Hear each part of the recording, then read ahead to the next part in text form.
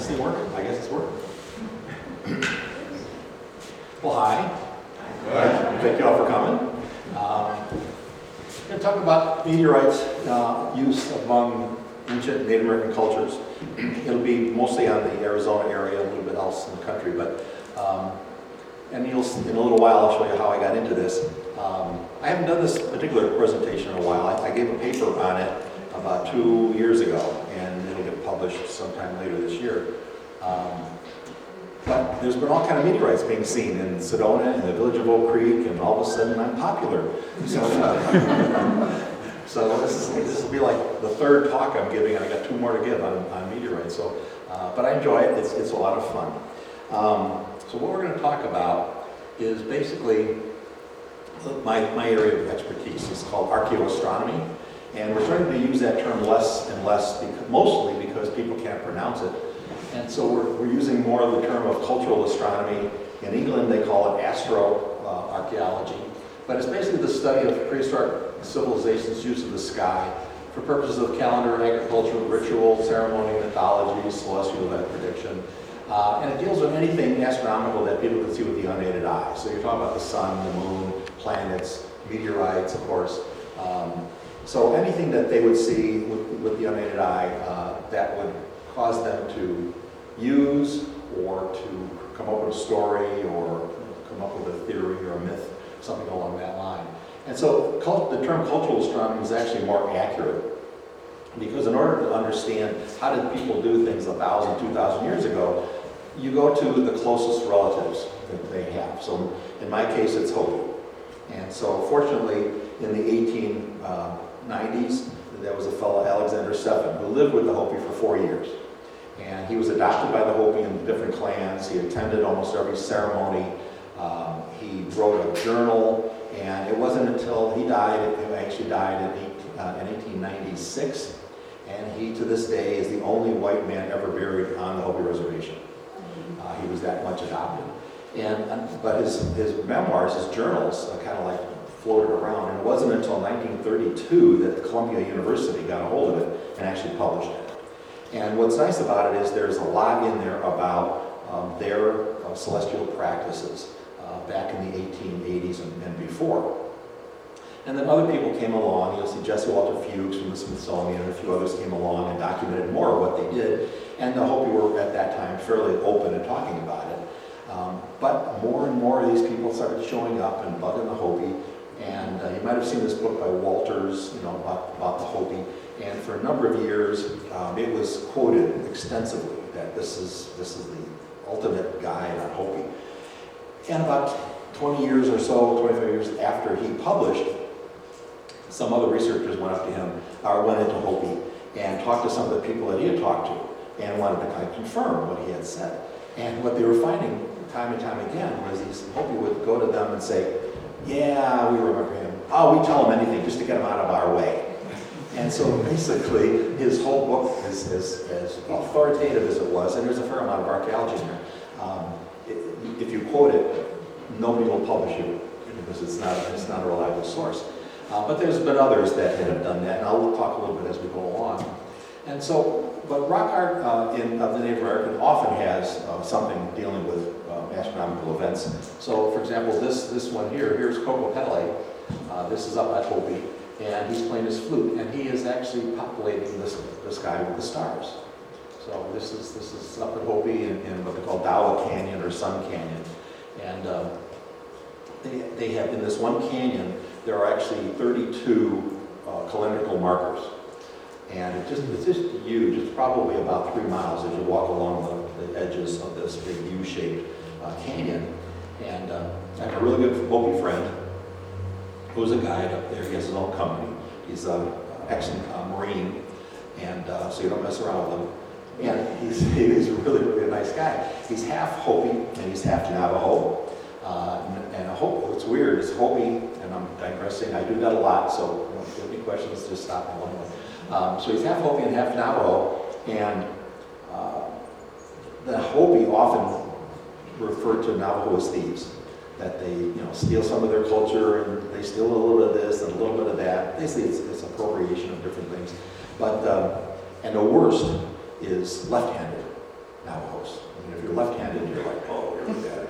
And well, it turns out my buddy here that it takes out, he's half Hopi, half Navajo, and he's left-handed. But he always jokes about it.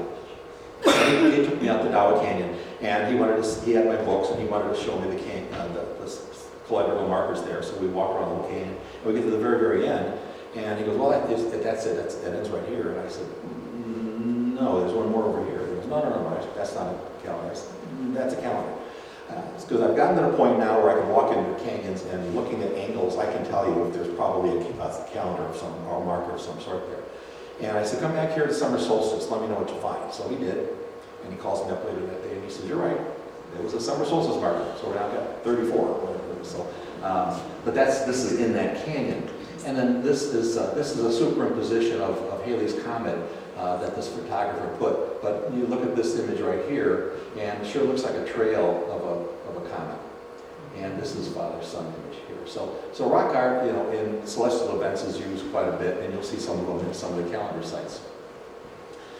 Referring to meteorites alone, there are 3 different types of meteorites. So the stony meteorite is about 75 to 90% mineral rock, or iron actually. And it has 10 to 25% nickel. And these account for about 95%, 94, 95% of all the meteorites ever collected on the Earth, because it's iron. And so it reacts to a magnet, and it reacts to metal detectors very, very readily. And they're usually pretty large. They don't look like a regular rock.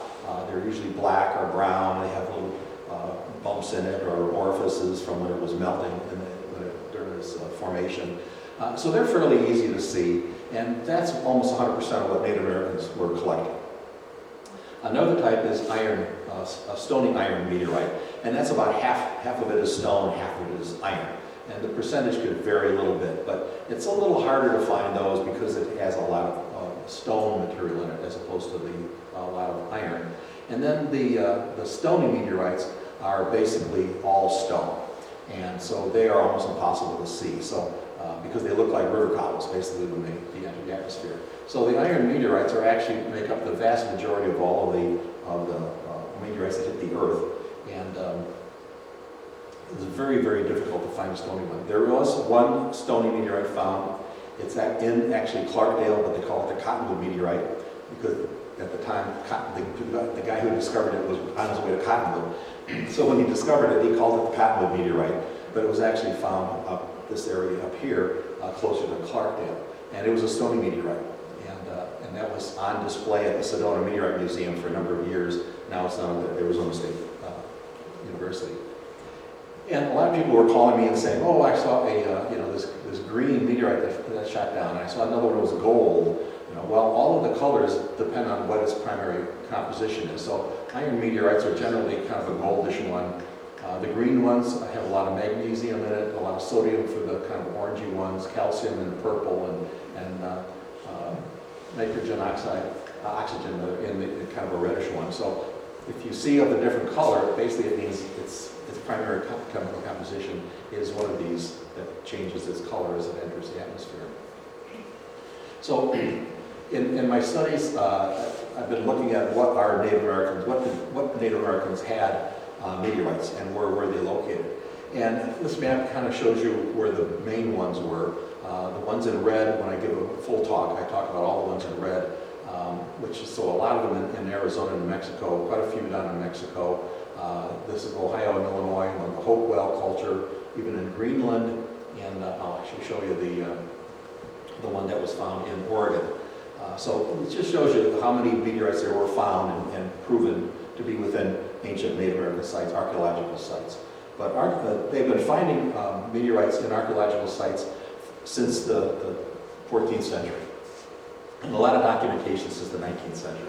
And I've been working with a professor from Wichita State University who's writing a book on the sacred places of the Plains Indians, and he has a whole chapter on meteorites, so we've been exchanging material. And so some of these meanings of meteorites are from him, some are from the other Puebloan societies. But as far as what was a meteorite, what is it used for, sometimes they said it was a sign of sickness would be coming in the winter, or a great chief had died. Sometimes spears of the gods, sparks of the sun, beings fleeing from the wrath of some adversary or from some danger, spirits of shamans traveling in the afterlife, or a person's soul on its way to the afterlife, and my favorite, the feces of the stars. So you see this big black brown thing coming out of the sky. What's up there but the stars and the gods? So just kind of logic that came to that. But so these are just some of the things. And often in some of the Hopi literature, if there was a major meteorite passing overhead, shamans would take that as a sign it was time to move on, to migrate to another site. So it has a variety of meanings, and it really is hard to tell exactly what was in their minds back then, but these are some of the things that have come down our way. So getting into some of the actual meteorites here, the Navajo meteorite is one of the larger meteorites found in Arizona, and it was actually found on the Navajo reservation, and the name for it is in Navajo, basically translates to black iron. And it was found, I put in quotes, in 1921 by two Navajo, and they found it in some rock debris at the base of the cliff.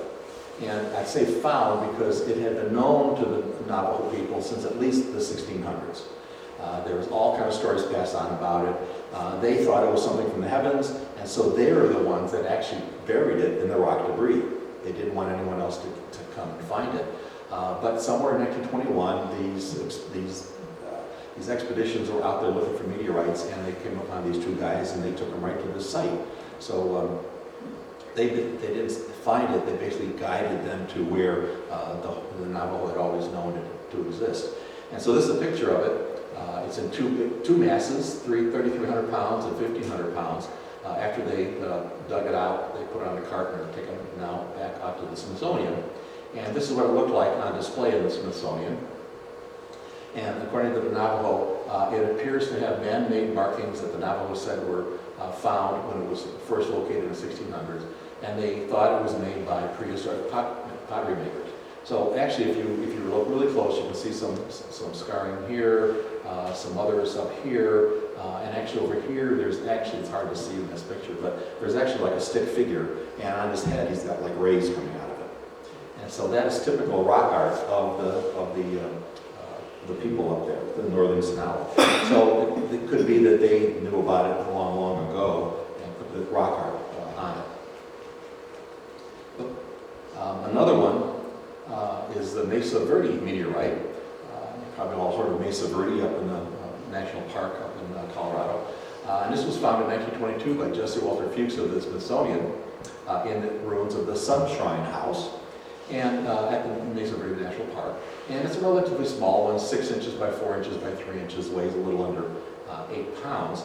And he said in his description of it, he said that the position of the find indicated to him with a fair degree of certainty that it was placed there during the period of its construction in 1275.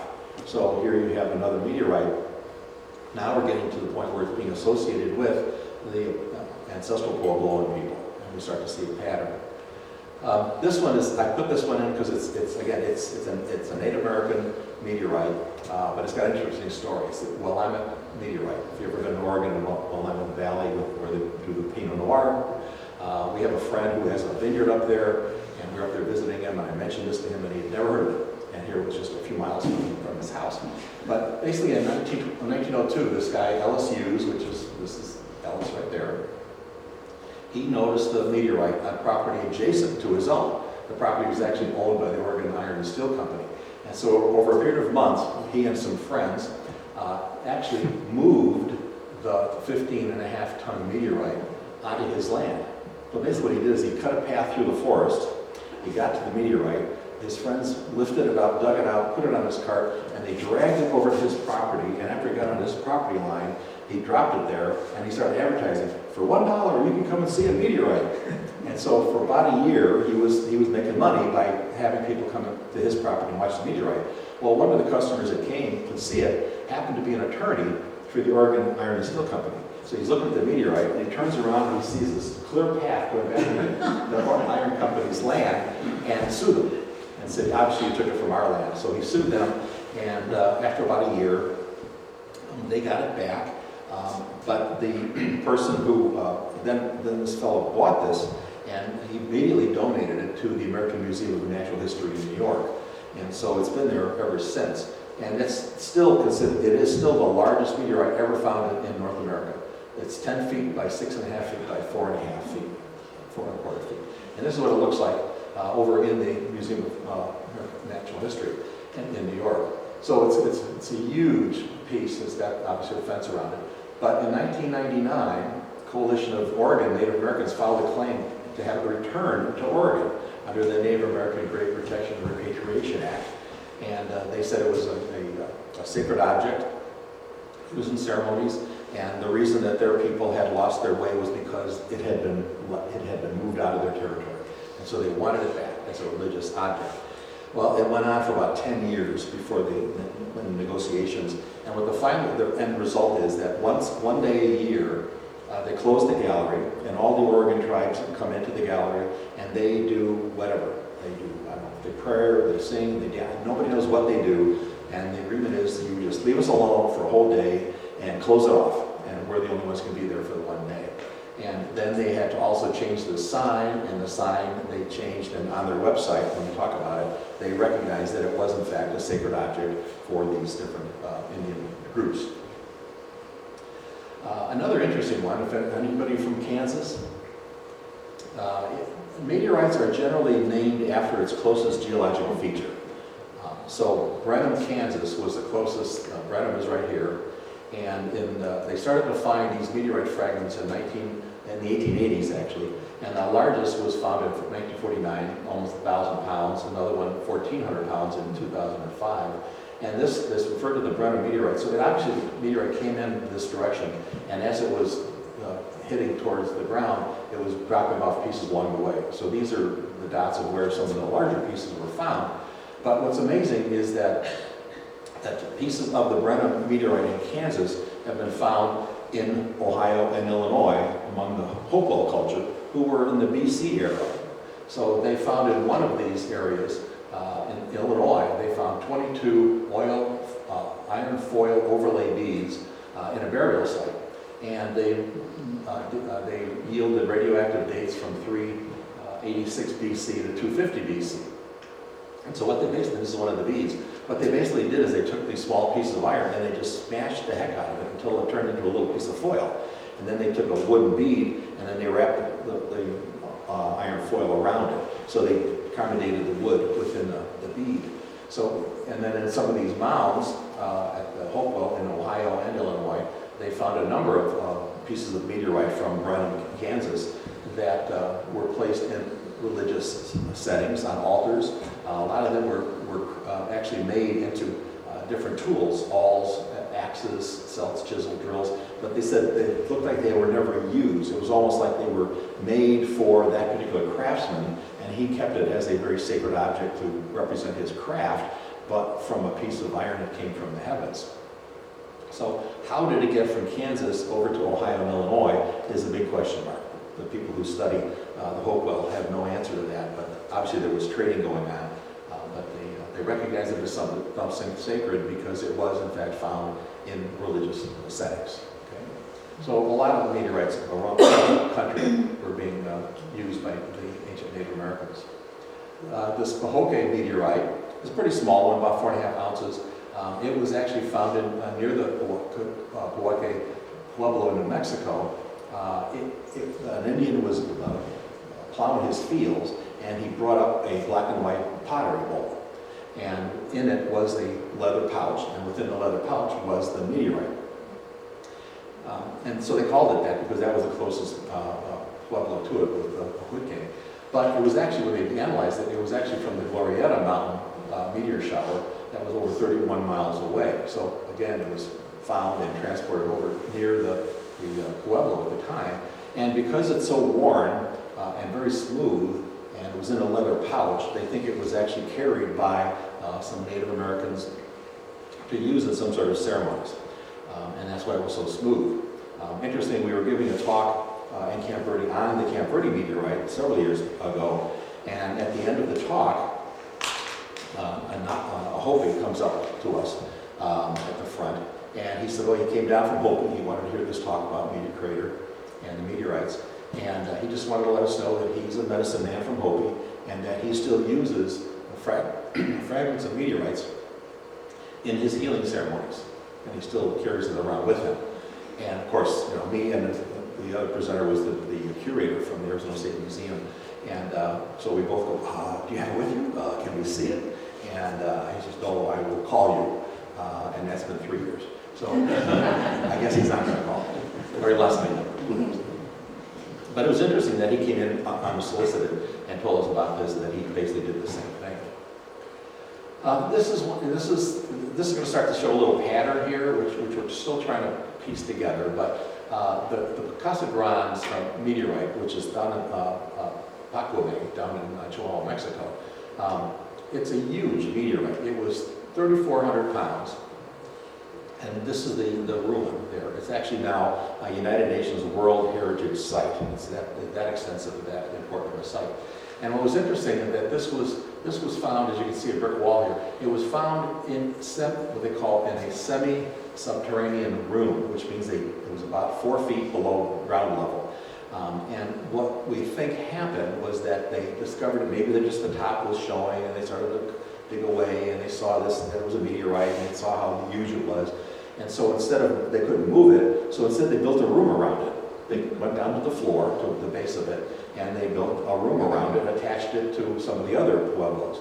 But the interesting thing was, it was wrapped in mummy cloth. It was kind of a coarse linen material that they would wrap bodies in. And in that same room were 3 or 4 other bodies wrapped in this mummy cloth.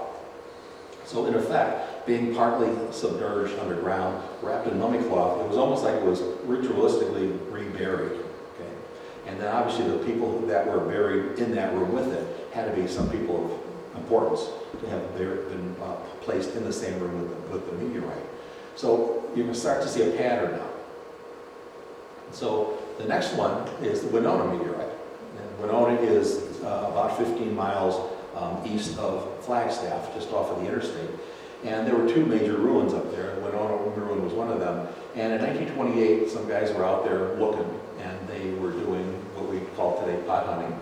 And they take a big metal rod, and they go around the pueblo. And if it's hard, it means there's nothing there. If all of a sudden it goes down, it means the soil has been disturbed. So there might be a burial there, it might be something buried underground. And so as they were going around doing this, they came upon this particular soft area, and when they dug it out, you can see there's this line in flagstone. There was this cap on top of it, and inside were a whole bunch of fragments of meteorites. They said when they first discovered it, it was wholly intact, egg-shaped kind of meteorite, weighed about 53 pounds, but because it was not in the ruin, it was just outside of the ruin, like in a burial area with other burials. This was, again, a ritualistic reburial of something that came from the heavens. And because it was in the elements, as the rain and snow would melt and water would get in there, since it was iron, it started to break down a little bit. So when they went to pick it up, it kind of fell into a bunch of pieces. But when they analyzed this one and tried to figure out where it came from, right away they thought, well, it must come from Meteor Crater, it's not that far away. And they did its chemical analysis, and it was nothing like anything in Meteor Crater. At this point, when it was discovered, it was the only one in the world ever found with this very particular mixture of minerals. And so because it was so unique, they named it a Winonite. And any others found after that with similar composition would be called a Winonite. So as of today, there's only 27 that has been found in the world that have been labeled as within the group of Winonite meteorites. The majority have been found in Antarctica. And you might say, why Antarctica? Well, they do 2 international meteoritic expeditions every year, in the spring and the fall, on Antarctica. And when you think about it, there's meteorites falling on the Earth constantly, daytime, nighttime, in the oceans, they're falling in the ocean, they're falling in jungles, they're falling in forests. So when you see them, you usually only see them like on a desert surface. That's why you see a lot in Arizona and New Mexico, a little bit in Colorado. You see some in Texas. But think about it, Antarctica is just this big white blanket. And so when these big black meteorites come shooting out of the sky and they land on the snow, you can see them for miles around. And so every year, twice a year, these international groups come out on their big tractors and they go out and they collect meteorite bits. And so about 20 have been found of the Winonite type down there in Antarctica. So my interest began with the next one we're going to see, the Camp Verde meteorite. When the Archaeology Center got formed, one of the things that we want to do is we want to be the primary research source for anything to do with the Sinagua Verde Valley area dealing with archaeology. And so we started to collect every paper ever written, whether it be master thesis, PhD dissertations, highway construction reports, excavations or investigations prior to housing developments. So, for example, I'm sure a lot of you are familiar with the Gray Fox development down the road here. Okay, that was built on a very major archaeological site. It had over 35 rooms in it and a lot of burials, and right on the Verde River. And so, for his credit, the developer paid to have all of those excavated scientifically. He paid like $250,000 to have this stuff excavated. He had two choices when they did the archaeological investigation, and he had to do that because the land is right on the Verde River, and if you're going to do any kind of development work that could affect water flow in any way whatsoever, you have to get a U.S. Army Corps of Engineer permit. Doesn't matter if it's a river, if it's a stream, whatever it is, if it affects water and water flow or could affect it, you have to get a U.S. Army Corps of Engineers permit. And the first element within that permit is you have to do an archaeological investigation of the property. And so they did that at Gray Fox, and sure enough, they found these 35 dwellings, they found burials, they found a whole bunch of stuff.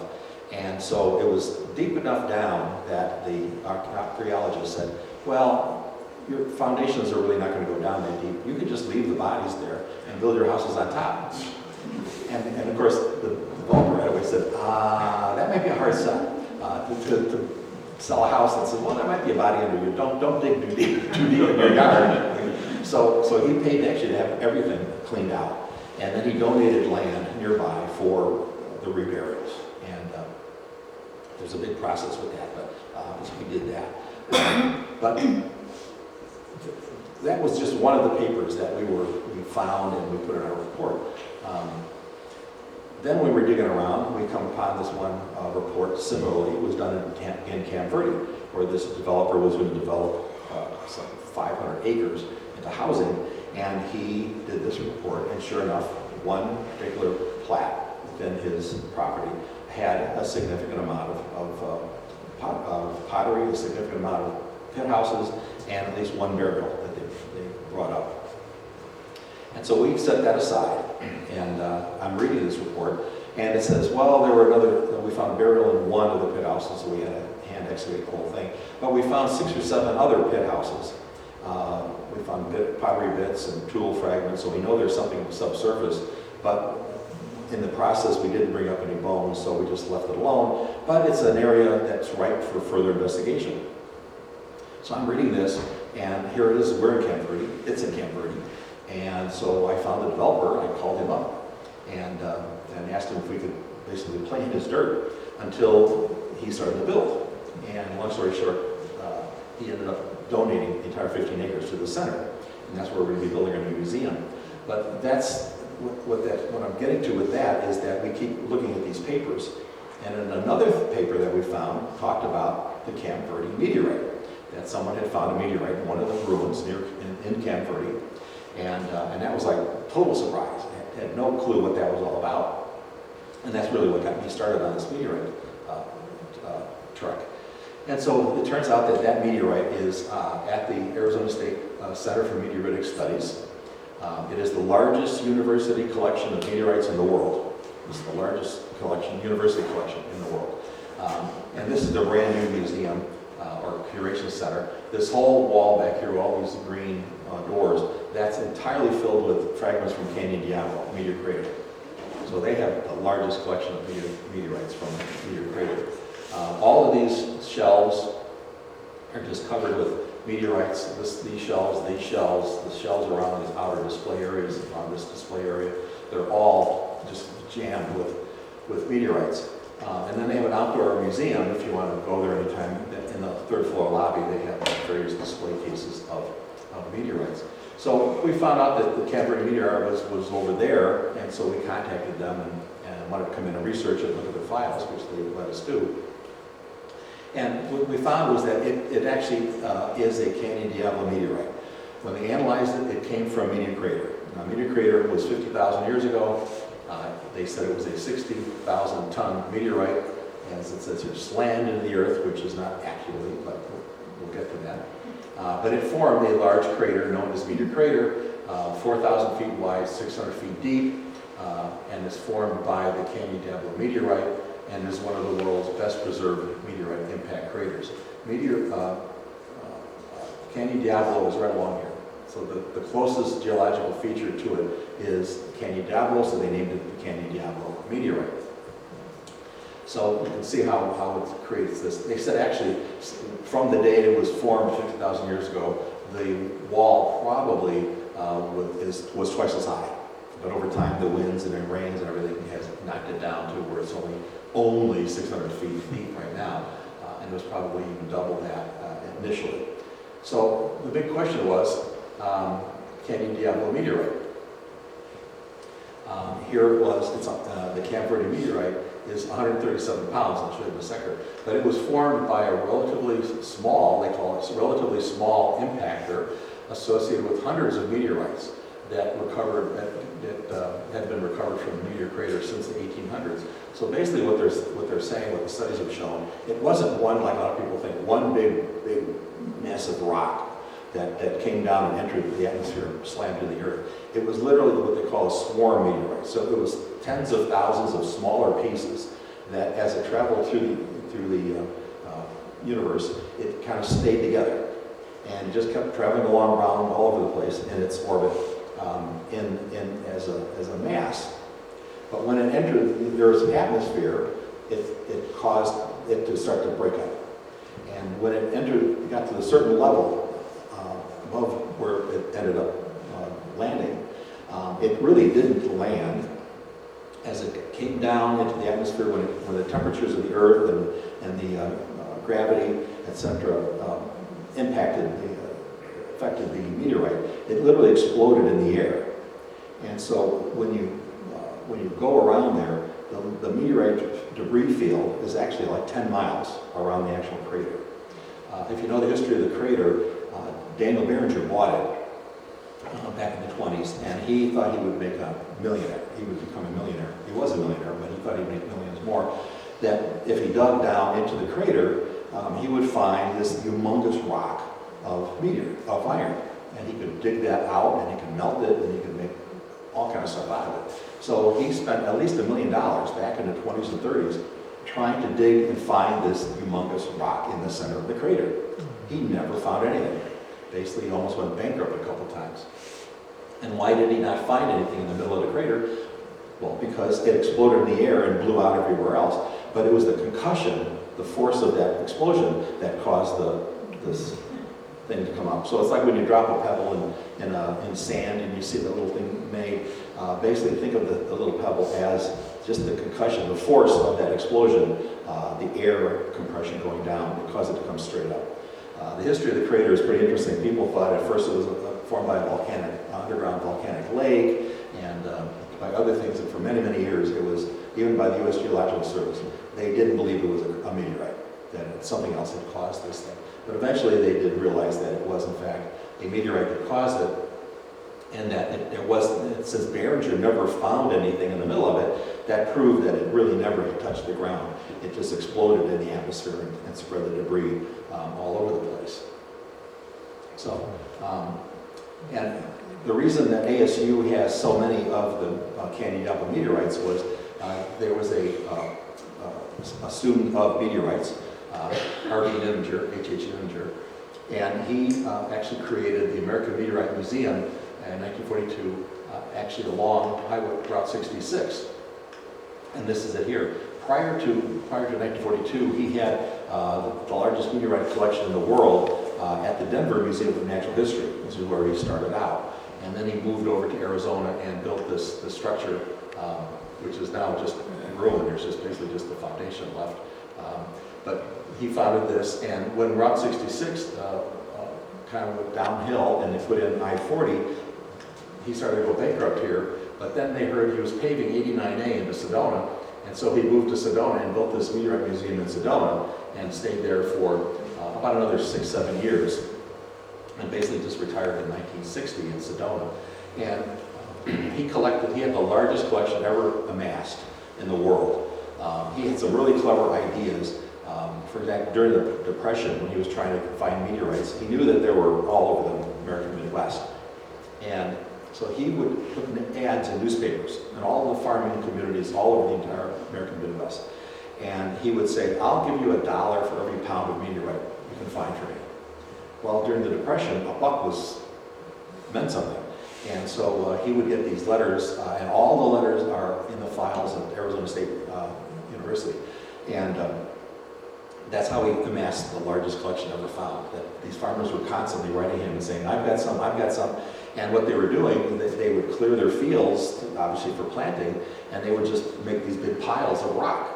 And so they started going through these piles of rock, and it turns out they would find all these meteorites. And he actually, because of that, he discovered the Brennan Meteorite Fall and several others in the Midwest based on these farmers' things. So he amassed this great collection. And then he retired. The British Natural History Museum paid him, this is in 1958, paid him $140,000 for about 21% of the collection, amounting to 1,200 specimens, 276 from 276 different sites around the world. Well, when that happened, Arizona State was just getting started, wanting to start the Center for Meteorite Studies, and so they ran up to him and said, hey, we'd like to buy the rest of your collection. And so they did. In 1960, they bought the rest of it, 1,300 meteorites, 7.5 tons, paid $275,000 for it, and it became the nucleus of what is today the ASU's meteorites. So that whole green wall is just covered with candied apple meteorites. So this is Dr. Nininger, and he was the purchaser of the Camp Verde meteorite. Basically, in 1927, there was what he called himself an amateur collector of Indian relics, which we call pot hunters today. And so he was looking around. He was east of Camp Verde, and again with these big poles, and he sunk it a little bit, and he opened it up, and here was a cyst, just like the Winona, where it was lined in flagstone, a slab on top of it. But the difference here was the Camp Verde meteorite was wrapped in a turkey feather blanket. And that could take a year to make, and it's only used in religious ceremonies. So here we have this religious blanket wrapped around this meteorite, buried just like the Winona, both of which is pretty much like the Pakwame, where they do the ceremonial reburial. So you start to see a little pattern going on. And so he was contacted by this relic hunter and wanted to sell it to him. He was down in Phoenix. And Dr. Nininger says, well, I'm not going to buy it unless you take me exactly where it was, where you found it. And so this is him standing right in the ruin in the hole where he found it. And so in 1935, he paid $75 and bought it from the guy. So for the longest time, the literature doesn't say what ruin it was in. They say, well, 9 miles from the Camp Verde post office. Well, where was the 1935 Camp Verde post office? In what direction? So we really never knew for sure. But when we found this picture, which was actually in the archives of the Denver Museum of Natural History, which is where he worked at the time, we took this picture and we started showing around to different guys who had been hiking all over the place, and they said, it looks a little like the area over by the John Heath ruin, which is just off of one of the Forest Service roads, not too far from Highway 260. And so we went out there and we actually, I have a picture of somebody standing right there, and we matched the background here exactly. And so we confirmed that that's in fact where it was, and we actually found this area in the floor of one of the ruins that was dug out, and there were slabs laying there on the sides. So somebody really took it out there. So we were able to prove exactly where it was. And so what it was basically the John Heath ruin, and it looks kind of like a boot, but this is the top of the mesa top. And what's significant is all the rooms are along the sunrise side. Okay? And there's a few up here, but basically all the rooms are facing sunrise. And the meteorite was found right in this particular room right here. There's a little entrance to a little plaza. And so it's the only plaza on the whole sunrise side. And it was like right there. And so did they periodically bring it out and place it in the plaza for ceremonies or whatever? But at a minimum, it's at least at the sunrise side, which is always, sunrise has always been very, very significant. So that's pretty fun. I do a hike for our members once a year to this site. It's not that long, not that difficult. So fat fingers. So this is the Verde meteorite. It's 135 pounds.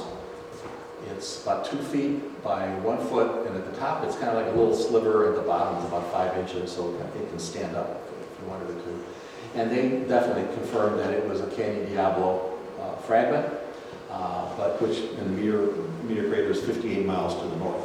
So the big question when we got this article, and we're looking at the meteorite, and we're looking at his files at ASU, how did this get here? Did they carry this 135-pound meteorite? I mean, that's 58 miles is a long way. That's as the crow flies. So you get up and down the valleys. How did they get it here? So that was the start of how did this get here? So we had it on display at the center for about a year. We had it on loan. We're going to try to get it again when we build a new museum. That's going to be one of the centerpieces, we think. And so we took it back to the museum after about 9 months, back to the ASU. And so on there I said, well, any other meteorites that you got that might have been found in ruins? And he goes, well, maybe so. He says, I've got this Bloody Basin meteorite. And it was found in 1959 by an 8-year-old from Prescott. And he was on a hunting trip with his brother and his father in the Bloody Basin area of the Town National Forest, right on the area of where the Verde meets Red Creek. And they were camped there. And it's like, well, it's an 8-year-old. How do you prove that it was in the ruin?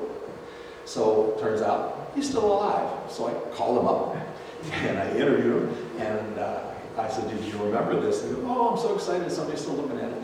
And he says, yeah, I remember. He says, as an 8-year-old, you're sitting in a camp and you get rambunctious. 8-year-old can't sit around too much longer. So he got up and he started running through the ruins. That was just up the hill. And he said he was playing Cowboys and Indians, running around through there. And he saw this rock. And he thought it was kind of gold color. It was kind of cool. So he brought it back to camp. And his dad said, yeah, let's take it home. So you can see it's kind of like a big potato. It's about 6 inches by 3 by 3, and it weighs just a hair over 11 pounds. And when ASU got started, the father said, well, let's go down there and let's see if this is a meteorite. And they analyzed it, and sure enough, it was definitely a meteorite. And it turned out it was Canyon Diablo. It was from Meteor Crater. And now we're talking 128 miles away from Meteor Crater. This rock is in there. So you've got two things going on. You've got I have an interview with a former 8-year-old who said, yeah, I found it in the ruin. But how do I prove really that was in the ruin? Well, while I'm looking at it there, I'm seeing these little pieces like this. It's got lines in it. This looked a lot to me like carbon. And then there's another one up here, there's another one over here. There's actually about 6 or 7. And embedded within the little crevices of the meteorite was this what looked to me like carbon. So we put it under the microscope there, and the curator said, yeah, it doesn't look like metal, it looks like ash or burnt wood. And so I said, hey, my theory has always been if you don't ask, you're not going to get anything. So I said, anyway, I can get some samples, I'll send off a carbon dating. And so he said, we don't care, it's not part of the metal part of it, so we don't care. So sure, he gave me some clippings of that. And I sent it off for carbon dating. This is what a carbon dating graph looks like. And it came back. The Red Creek ruin was estimated to be from 1150 to about 1400.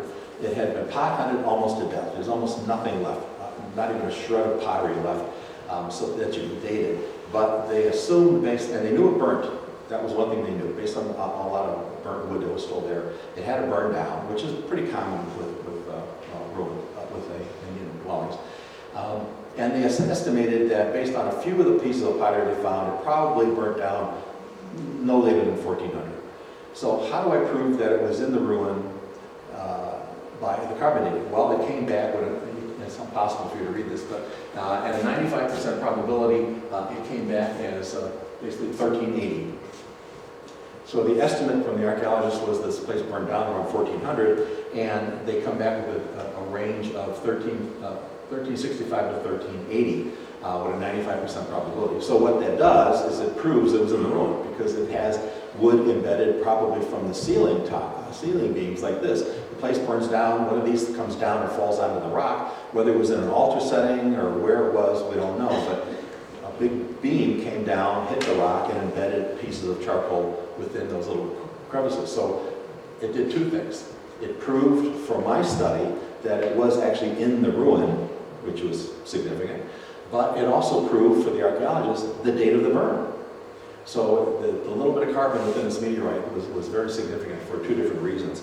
And so the paper I just put out, the ASU kept bugging me, and he said, and here's this PhD and professor of Meteorite Studies.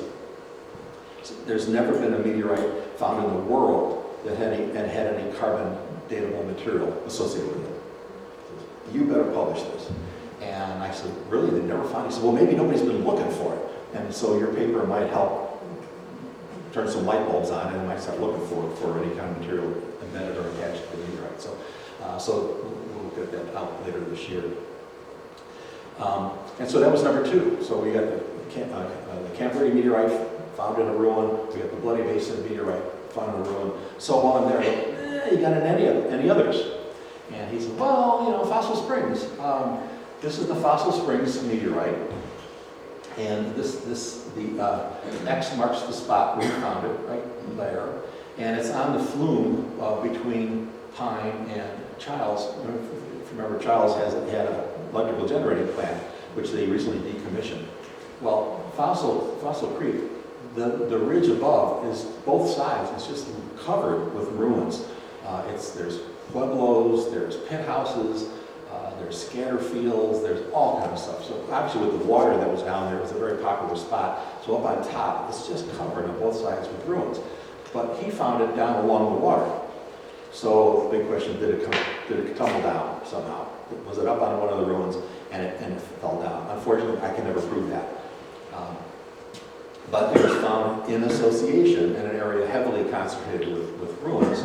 And again, when they analyzed it, it's definitely a Canyon Diablo meteorite, which was kind of odd. When you look at this, you see the positives and the negative marks on here. They'll never let this out of the museum. It's not just because it's Fossil Springs, but again, this was purchased by H.H. Nininger again, and they bought it as part of that collection. If you go to their site, they actually do an H.H. Nininger award every year for kids that are doing papers on meteorite studies. But Dr. Nininger, and I do a whole presentation just on Dr. Nininger, he's credited with 146 discoveries of meteorites, first in the world discoveries. And one of the things that he discovered was that if you take a really very sensitive compass and you move it around a big piece of iron like this, it's going to have positively charged areas and negatively charged areas. And so these little tapes are everywhere that he found a negative charge or positive charge. So this is extremely important historically because that was one of his 146 discoveries. Today they zap it with a instrument, and it'll show up blue for positive and red for negative charged areas. And every meteorite, every big hunk of iron like this will have that property to it. So here, was it in the room? I don't know, but it was pretty darn close. So now I'm to 3 meteorites from Canyon Diablo found in Sinagua areas down here. So then he calls me up one day, and he says, oh, we just found another. Fat fingers. We just found another meteorite. This couple was hiking up in the Fossil Creek area, just west of Strawberry, and they found this meteorite fragment. They brought it in, and sure enough, it's Canyon Diablo. And so they showed me exactly where it was on the map that they found it, and it's basically from here to maybe the parking lot was a pit house right there. So again, very close to it. And so this is pretty small. It's not even a half a pound. It can actually fit in the palm of your hand. And I'll talk about this in a second, but this is one way they figure out what kind of meteorite it is, is they slice it. And they look at the composition and the patterns that are within it. I'll show you that in a second. But, well, this is, when they slice through, you can see these patterns that are in here. And basically, this is what's referred to as the Wittgenstein pattern. That's Dr. Wittgenstein discovered this thing here. It's almost like a fingerprint for meteorites. When a meteorite explodes, or an asteroid explodes and becomes an asteroid somewhere in the universe, it's almost like molten metal. And as it's shooting through the universe, it's cooling. But it takes about 1,000 years for it to cool just 1 degree. And so when it's cooling, it's creating these patterns in it, this crystalline patterns in it. And so when you slice a meteorite, you can compare the crystalline patterns like you do fingerprints, and you can attach it to a very specific asteroid that created a meteorite. So this is how they did it. So with this particular one here, he sliced it, and you can't tell from this small picture, but the pattern is exactly the same as this here for Canyon Diablo meteorites. So we go and we find it, but when you hold this thing, come back to that. When you hold that little small one, it fits like right in the palm of your hand, and there's actually 2 little areas on it where your thumb fits in just perfectly, very smooth, and then one of the other fingers fits in, it's like a smooth groove. And then this one edge, I don't think you can tell from this picture. Yeah, it's hard to tell. But this edge right here is very shiny and is very thin. And so you can put your thumb in here, and then on the other side there's a place for your finger, and this fits right perfectly into between your thumb and your finger. So I personally think it was used as a scraping tool. It wasn't used as a sacred object. It was literally something that they would scrape leather or hide with or something like that. So it might have been a utilitarian tool as opposed to something sacred, but it was definitely from Canyon Diablo. So now we got 4 found in association with Sinagua ruins that came from Meteor Crater. And so, so in addition to, I just want to show this real quick, in addition to looking at a meteorite, slicing it what it is, the only other way to determine it is to stick it in what they have at ASU, this ion beams for analysis material. It's I-beam. It's a big accelerator here, and it literally takes up this humongous room. It's longer than this whole room here. And there's a little bucket right here. There's a little thing here, and if you have a specimen small enough to fit in there, they zap it for about 1/10 of a second, and it'll pop out its chemical analysis. So like for Canyon Diablo, it shows it has 7.1% nickel, and then these other components that are in it. And so when they analyze these other meteorites, they'll say, oh, it either has a Witten-Stockton pattern that matches it, or its mineralogical composition is identical. So those are the 2 ways you figure out that it came from Canyon Diablo. So how did those 4 get to Sinagua areas down here? There's really only 2 ways. Number 1, it could have been collected and traded. Okay. So I went up to the Meteor Crater, and I had this map. This is the U.S. Geological Survey map done in 1895. And on the map, they show ruin, ruin, ruin, ruin. Ruins on the south side. Why the heck would they have ruins there? The ground is drier than dry. The closest water 2.5 miles away is Canyon Diablo. They're not going to carry water that far. It's not good for planting in any way, shape, or form. And in 1950, University of Mexico was out there, New Mexico was out there doing a collection, and they happened to have a visiting archaeologist with them from Saskatchewan. And they said, hey, I want to come along. So he came along, and he got permission to actually excavate one of these rooms down here. And what he found was all 4 of them were single-room structures, centralized fire pit, a lot of ash and pottery bits. Local stone was used, the masonry was very crude. The only ventilator was the break in the wall. The entry was through the roof. And by the pottery, they said it was clearly built prior to 1300. So again, these are single rooms. Usually when you find single rooms, it's like a field house for farmers when they're in inclement weather or something while they're working the field. So why were these here? I went to the offices and I showed them this, and actually their guides said, oh, there's no ruins here. There's absolutely no ruins whatsoever. The visitor center is up here. And they don't let people go. The trail goes about to here, and then you take right back again. So you're not allowed to go anywhere out here. And the guides were all, when I talked to one of the guides, he said, there's no ruins here. And so I came back with this map, and I showed them the 4 ruins, and they're all like, what? And they had no clue that it was there. And so I got a hold of the curator at the Meteor Crater. I says, this is what I'm trying to figure out.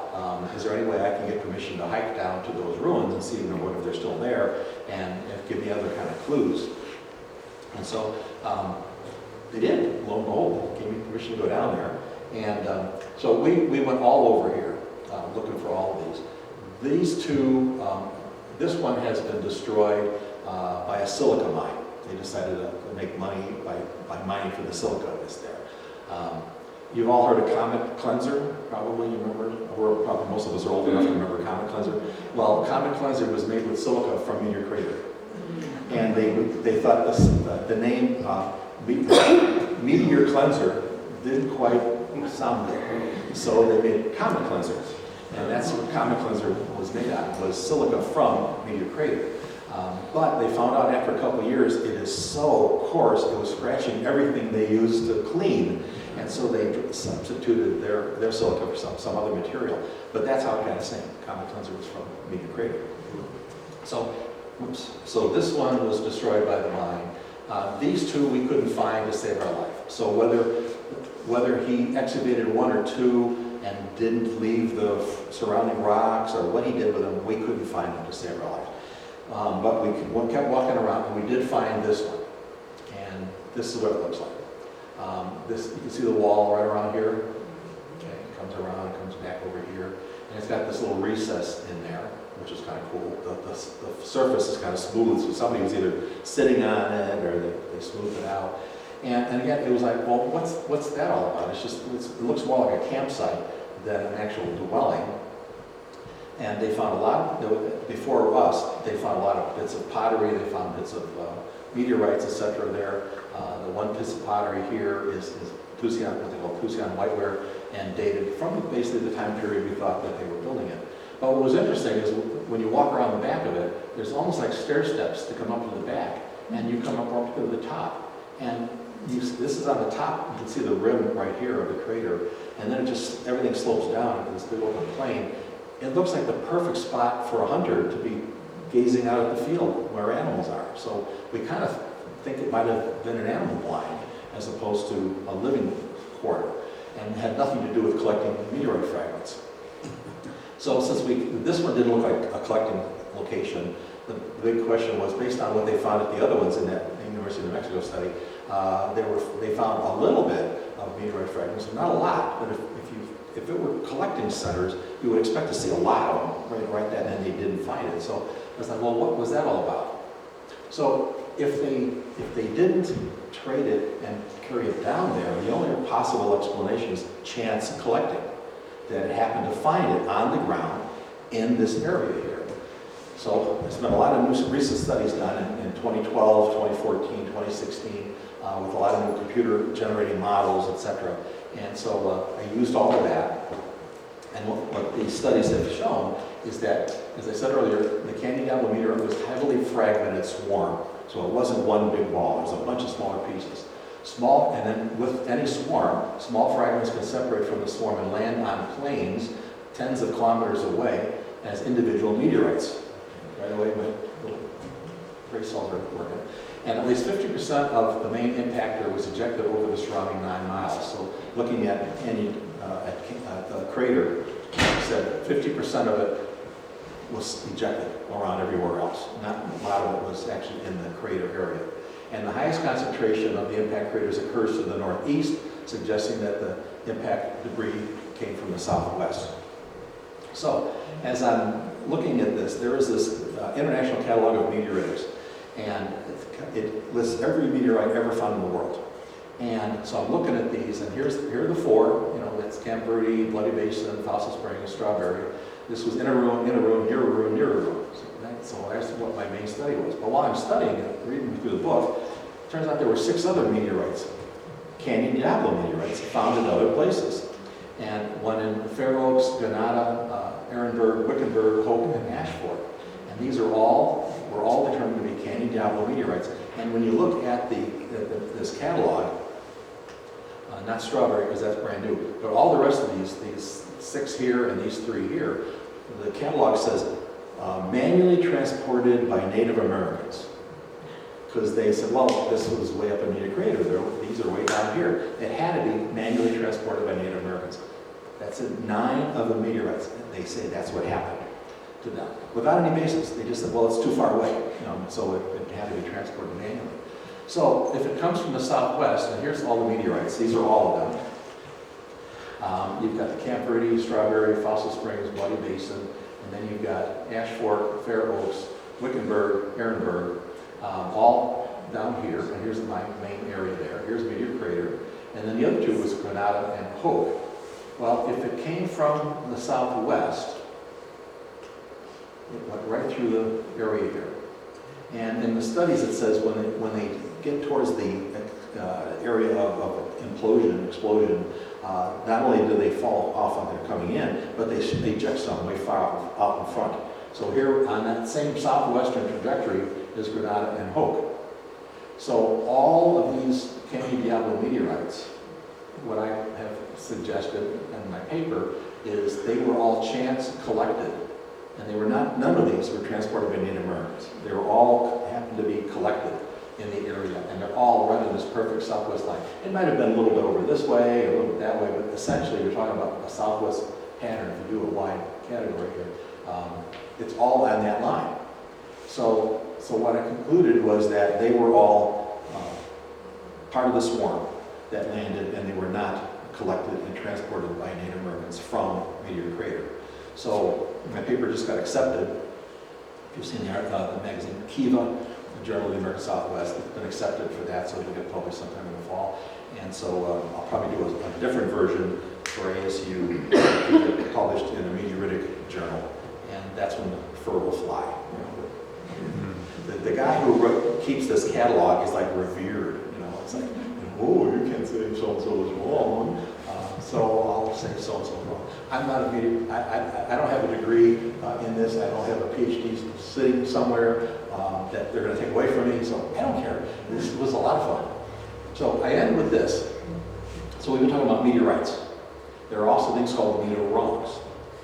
And meteor-wrongs, we get people walking into the center, especially from up your area here, saying, "Oh, I think this is a meteorite." And they come walking in with a big piece of heavy iron. And so if it's iron, it's magnetic. It doesn't necessarily have the look of a typical meteorite. And I'll say, well, where did you find this? Oh, up in Jerome, near the lines. There's a lot of iron up here. So my answer usually is, well, if you let me have it, I'll take it down to ASU and we'll either stick it in that machine to zap it, or we'll slice it. Oh, yeah, I want you to slice the meteorite. So they walk away. But this one time, this guy comes in and he says, I think I got a meteorite here, and he said, as it says here, a friend found it near a ruin. And I read that to mean I found it in a ruin, but he doesn't want to know. But it has to look at the weight and feel. It was highly magnetic. It's 4 inches by 9 inches by 2.5 inches thick. And you can see how smooth it is. It's been worked. It's clearly been worked. It's not what you'll find in a normal meteorite. And it's very heavy and it's very magnetic. So we took it down to that accelerator, and here it is in that little case. And it came out with a chart in half a second. And it said it's silica, calcium, chromium, iron, and no nickel. No nickel. And a meteorite has to have a certain percentage of nickel in it, and it has none. So it is clearly not a meteorite. What it is, because it's highly magnetic, it's got a lot of iron, it's referred to as a magnetite. So it's a piece of metal that's highly magnetic, and it's called a magnetite. So it's not a meteorite, it's a meteor-wrong. So I said to him, okay, I gave him this chart, and I said, okay, here's the chart. I've been able to show you it's definitely not. It's very interesting. And it turns out you've got, what was interesting to me, and I didn't necessarily have to tell him this, but look at the amount of chromium almost matches the amount of iron. High concentration of both. There's only 3 places in the entire United States where you could mine a piece of magnetite that has this concentration of chromium and iron. One is in upstate New York, one is in Washington State, and the other one is in southern Utah. So I'm looking at this thing, it's all worked. Clearly it's worked. Now, if you did find it near, hopefully in a ruin, it might have been a tool. A tool of some sort. And so I offered him $100 for it. And he said, no, I'll give it back to my friend. So I haven't heard since. So, but what I did is, a magnetite is often referred to as a lodestone. And it was used by the Spaniards, before you had compasses and everything. It could tell direction. And so what I did is I took some willow branches that the Indians could have had. I took some twine that they could have had. And I made a little hammock for it. And you can see there's a little, like a line, a little indentation right across the top of it. So I suspended it. And of course it starts, you send it and it's rotating. And after a couple of minutes, it stopped. And it stopped perfectly in line with magnetic true north. So this could have been used for architectural purposes, to figure out angles, for other purposes like that. They probably used something like this to make the ruins at Chaco Canyon and other places. So it could very well have been a tool that they had for determining directions. So that's why I thought, well, it'd be kind of cool to have one of these, and especially, so I said, I'll give you $100, maybe even more, if your friend will take me to the place where he found it. And that's when he walked away. So, and he's still around the area. One of these days I'll go back and see if he still got it. But I like to end with this because it shows not every piece of iron that people walk into the building in the center with is going to be a meteorite. But it could be something else. It could be still just as valuable. So that's the end. Thank you very much.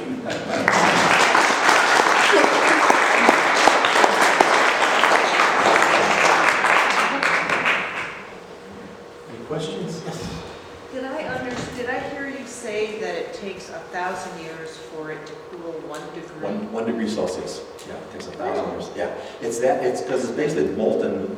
Super hot molten metal that's shooting through the universe, and that's what creates the patterns. Is the degree of cooling, and how long it takes to cool before it hits like the Earth. And so if you were to slice all the meteorites ever found on Earth, you'd come up with these different crystalline patterns. And it all has to do with its cooling over the eons. But yeah, and see that's an interesting fact that we didn't think about. Another interesting fact is 100,000 tons of meteoritic material fall on the Earth every year. Most of it is dust. When you see your shooting stars, and then it goes, okay, it's matter. It doesn't disintegrate, but it turns into dust, and the dust is falling on the Earth. But a lot of it is falling, most of the Earth is covered in water, so it's falling into the oceans, it's falling into jungles and forests that you can't find. But I give this talk, and I've given other talks to hiking clubs. And invariably, one or two of the hikers will say, oh yeah, when I'm hiking, I have little magnets at the bottom of my hiking sticks. And when I get back to the car again, it's covered in little meteoric dust. And so they collect this meteorite dust just in everyday hiking. So I bet you'd find a heck of a lot of it around here if you did that. You don't need a big magnet, just a little guy, and just tape it or whatever to the bottom of your pole. And if you're walking along dust, it'll pick it up. So it just might be a little fun thing to try sometime. Has anybody ever been hit by a meteorite? I've actually seen several pictures of where it fell through the roof of a house or fell through the roof of a car. Some person being struck and killed by one, I can't remember that, but I've seen a lot of pictures of holes in houses and cars and things. It strikes me as curious that it's all iron. Is there other material when it starts out and they get vaporized and burned up? Well, the majority of the iron meteorites are at least 75% iron. And there's some other trace elements within it. Nothing is pure. And I'm not that big on minerals. I gave this talk to the Mineral Club over here last year. And so they were actually educating me on some of these stuff. But another way you tell is you look at the amount of oxidation within a piece of iron, whether or not it's a meteorite or not. Because it's come from the atmosphere out there, it's been an oxygen-free area. And so it's basically called native iron, or natural iron. And it doesn't have the oxide, which is when iron is found naturally in the earth here. It's been here for billions of years, and oxygen has gotten itself into it. And so it's called iron oxide, because it's got oxygen in it.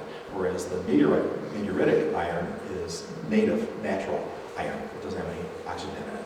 So there's all those little things, which is kind of interesting. But thinking of oxygen within a piece of iron is kind of strange to my mind, but it happens, obviously. So another tool for that. But yeah, why it's like that?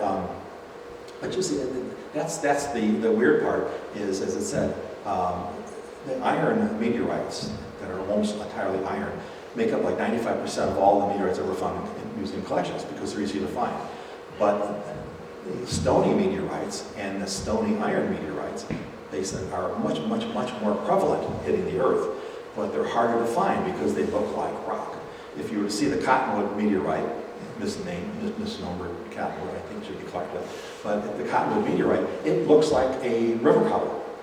You know, it doesn't look like anything else. There's a thin, extremely microscopic layer on top of what they call fusion crust. So as it's entering the atmosphere, it's like if you're in the rocks, it's like putting your rock in a tumbler.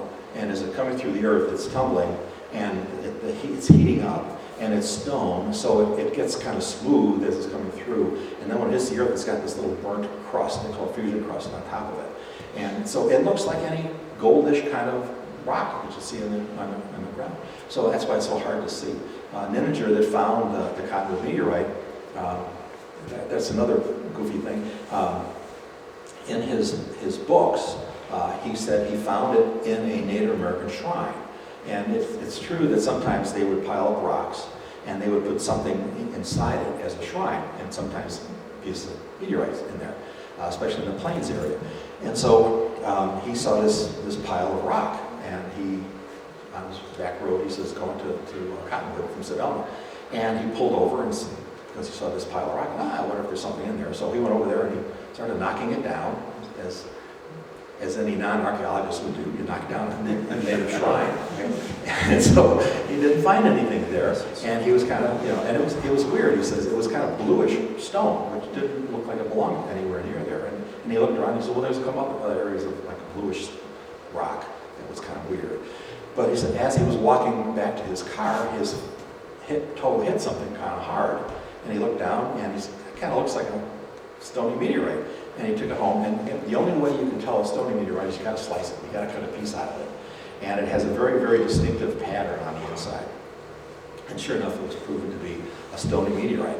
But he put it in his papers that he found it in a Native American ruin. Well, I found at ASU, I've gone through 143 boxes of his materials, and I found the paper where he first talks about finding that Cottonwood meteorite. And he talked about how his toe hit it on his way back to his car, not in the ruin, but in the subsequent books, all of a sudden it's in the shrine ruin. So he was very much like a Barnum and Bailey guy to kind of bring people into his museum. So he was known for exaggerating things. So you really have to go through his papers to be able to, if you quote him, to be sure that you're getting the real story and not his Barnum and Bailey stories. So that was an interesting story. But so this professor from Wichita State, he sends me his chapter about his book, and he says, and Dr. Nininger found this meteorite within this Native American shrine, he was going by. And so I had to send him the handwritten notes from him saying, no, I didn't find a shrine, I found it as I was walking back to my truck and kick it. So he calls me up and he went, he used an archaeological term, shit. So he had to take it out of his book. So that was kind of cool. But then the follow-up to this, and I rambled, so if you feel like leaving, just leave. He was concerned. Where was this blue rock coming from? So at another time, he was in some tavern in Cottonwood, and he was talking to some people about this. And I found these piles of blue rock off the road here. It was kind of very strange. I don't know where they came from. And one of the guys in the bar says, "Oh, that was me. I used to work for the highway department, and that's ballast that we carried around, from here to the base of the road." So these piles are basically just dumped ballast from working on the road. So it's when you do this kind of research, you got to really dig so you don't embarrass yourself, because somebody else might come along later and find this record reference to this ballast, and I start talking about a special blue rock that they made shrines out of, and it would kill my credibility really fast. So, any other questions? Yes. So the meteorites break off from asteroids. Right. So asteroids where do they break off from? Yeah, if you start at the very beginning, there's asteroids and there's comets. Okay? The only difference is comet has a lot of water in it, and so that's when you see the trails, like for Halley's Comet, that's a comet, okay? Because he's got a water vapor trail. An asteroid doesn't have a trail, it doesn't have the water with it. So that's really essentially little differences, but essentially the difference between the two is the water vapor trail. And asteroids, for example, most of them that hit the Earth, there's an asteroid belt, between Mars and Jupiter. And so they're all just a bunch of meteorites, asteroids that are just floating around and they're moving around. And so they may bump into one another, and all of a sudden one bumps into one and shoots it out of the belt and shoots it towards Earth. So a lot of the meteorites that hit on the Earth are coming from the asteroid belt. Then there are those that are in big orbits or whatever, and they come through and they will come by, and they might hit one of the asteroids in the asteroid belt and shoot it out here, or they might come direct and hit the Earth. Where do they start from? Nobody knows absolutely, but a lot of people think the part of the Big Bang, that Big Bang that started everything, or other planets. You hear about supernovas where the stars explode and might have then taken the planets nearby and broken them up and burnt them up and shot them into space. So they come from different places. So it starts off asteroid, comet, and then as it's coming into the atmosphere, it's renamed meteor. And if it touches the ground, it's called meteorite. So it's these terms as it gets to the Earth. So it gets a little confusing, but that's basically it. For Camp Verde is a dark sky community, and we're still working on it for the Dark Sky Festival this year, but I think it's going to be October 17th. And we've asked Dr. Carvey, the curator from Arizona State Museum, to be a speaker and talk about Meteor Crater and any new meteoritic discoveries. So that'd be kind of cool. Any other questions? Thank you. You're building a museum. Thank you. Sorry? You're building a museum. Where's that going to be? The 15 acres we were gifted is right off of the interstate on Highway 260. So if you're going down 260 towards Camp Verde, the first stoplight after you pass over the interstate is Homestead Parkway, and you take a left there about a block, and you'll see a dirt road. Now we just put electricity in. They're going to pave it a month. I don't know. And you'll see 1,000 feet of split rail fence, and that's the boundary of our property there. There's a trail you can go on now, it's a 0.4 mile trail with interpretive signs. And that's pretty much where if you stand at the welcome sign, you'll be standing basically in the middle of the Future Museum. When's it supposed to be completed? Yeah, have you actually started building? Have you got the money? We were just approved for a $4.7 million loan from the U.S. Department of Agriculture. And so we'll be going out for an architect soon, and then with that, we'll go out for construction bids. And so we probably will, cross our fingers, can start by the end of this calendar year or early next year. Wow.